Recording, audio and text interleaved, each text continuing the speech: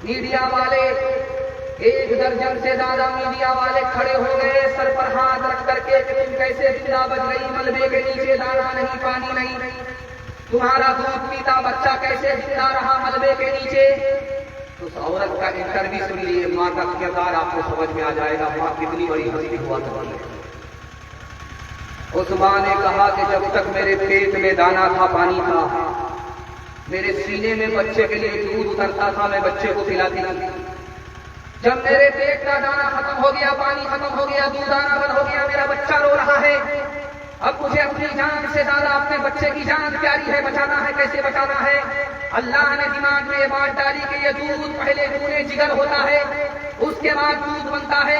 मेरे पास दूध जरूर नहीं है लेकिन खूने जिगर है।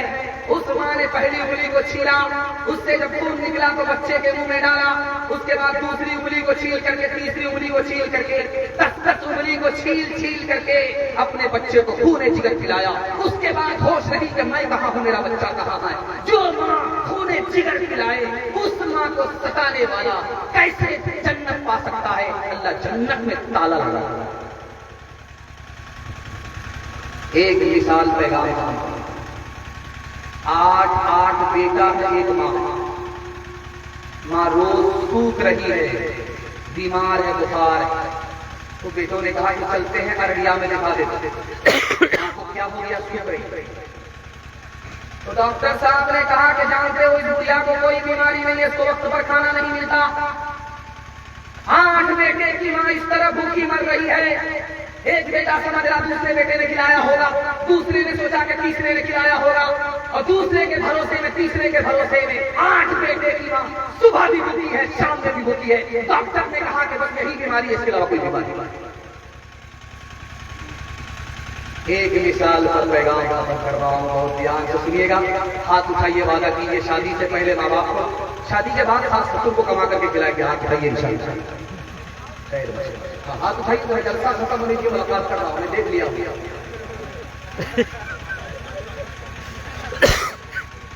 दस्तरखान बिछाया गया, सालन आया, जब बेटा खाने लगा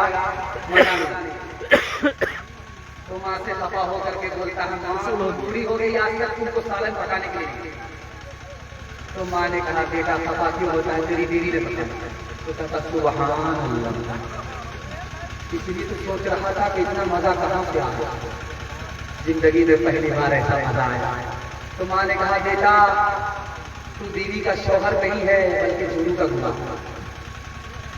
माँ की ममता, माँ की ममता कुछ आ जाए, ऐसा क्या काम आप कहते हैं, ऐसा क्या काम कालियाँ माँ को तेरे वाले लोग बेयकीनी की मौत मरते हैं। पाप का कुछ नहीं रखते बका, पाप का कुछ नहीं रखते बका। वो जो कमज़ोर है वो उनसे लड़ते हैं, वो जो कमज़ोर है। 3 वादा कीजिए, जिंदगी भर के लिए जलसा कामयाब हो जाएगा। हाथ उठाइए, वादा कीजिए अल्लाह की बात करेंगे इंशाअल्लाह। हाथ उठाइए, वादा कीजिए अल्लाह के रसूल के साथ करेंगे इंशाअल्लाह। हाथ उठाइए, वादा कीजिए माँ बाप की मखलूक की खिदमत करेंगे इंशाअल्लाह। 3 काम छोड़ दीजिए, मुसीबत आपको छोड़ देंगे। हाथ उठा करके वादा कीजिए, गुनाह नहीं करेंगे इंशाअल्लाह, गलत माहौल में नहीं रहेंगे इंशाअल्लाह, गलत नहीं कमाएंगे इंशाअल्लाह, पहले कमाएंगे बाद में हलाल और हराम को देखेंगे इंशाअल्लाह। न किताबों से, नवाजों से, नजर से पैदा।